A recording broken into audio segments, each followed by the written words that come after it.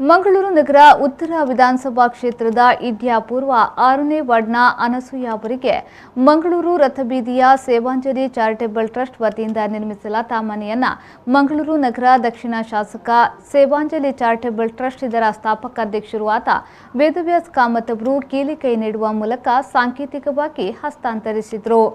ಈ ಸಂದರ್ಭದಲ್ಲಿ ಮಾತನಾಡಿದ ಶಾಸಕ ವೇದವ್ಯಾಸ್ ಕಾಮತ್ ಅವರು ಸೇವಾಂಜಲಿ ಚಾರಿಟೇಬಲ್ ಟ್ರಸ್ಟ್ 2 ದಶಕಗಳಿಂದ ಹಲವಾರು ಸೇವಾ ಕಾರ್ಯಗಳನ್ನು ಮಾಡುತ್ತಾ ಬರುತ್ತಿದೆ। ಭಾರತೀಯ ಜನತಾ ಪಾರ್ಟಿಯ ಹಿರಿಯ ಕಾರ್ಯಕರ್ತೆ ಅನಸೂಯ ಅವರ ಮನೆ ವಾಸಯೋಗ್ಯ ಇಲ್ಲದೆ ಇರುವುದು ಗಮನಕ್ಕೆ ಬಂದಾಗ ಅದನ್ನು ದಾನಿಗಳ ಸಹಕಾರದಿಂದ ಸುಸಜ್ಜಿತವಾಗಿ ನಿರ್ಮಿಸಿಕೊಡುವ ಸಂಕಲ್ಪ ಮಾಡಲಾಯಿತು। ಅನಸೂಯ ಹಾಗೂ ಅವರ ಮಗಳು ಬಹಳ ಸಂಕಷ್ಟಮಯ ಪರಿಸ್ಥಿತಿಯಲ್ಲಿ ವಾಸಿಸುತ್ತಿರುವುದನ್ನು ಅರಿತ ನಮ್ಮ ಟ್ರಸ್ಟ್ ಸಹೃದಯಗಳ ನೆರವಿನಿಂದ ಮನೆ ನಿರ್ಮಿಸಿಕೊಟ್ಟಿದೆ ಎಂದು ಹೇಳಿದರು।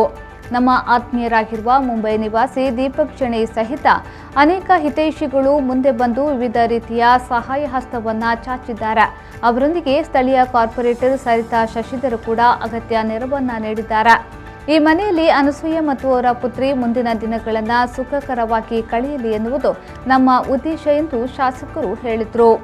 ಮನೆ ಹಸ್ತಾಂತರ ಕಾರ್ಯಕ್ರಮದಲ್ಲಿ ಕಾರ್ಪೊರೇಟರ್ ಸರಿತಾ ಶಶಿಧರ್, ಟ್ರಸ್ಟ್ನ ಪ್ರಮುಖರಾದ ಮಂಗಲ್ಪಾಡಿ ನರೇಶ್ ಶೆಣೈ, ಹನುಮಂತ ಕಾಮತ್, ನರೇಶ್ ಪ್ರಭು, ಬಿಜೆಪಿ ಯುವಮೋರ್ಚಾ ಅಧ್ಯಕ್ಷ ಭರತ್ರಾಜ್ ಕೃಷ್ಣಾಪುರ, ಟ್ರಸ್ಟ್ನ ಹಿತೈಷಿಗಳಾದ ಸಿದ್ಧಾರ್ಥ್ ಪ್ರಭು, ಸಂತೋಷ್ ಶೆಣೈ, ಋಷಿಕೇಶ್, ಅಂಜನಾ ಕಾಮತ್ ಹಾಗೂ ಸ್ಥಳೀಯರು ಉಪಸ್ಥಿತರಿದ್ದರು।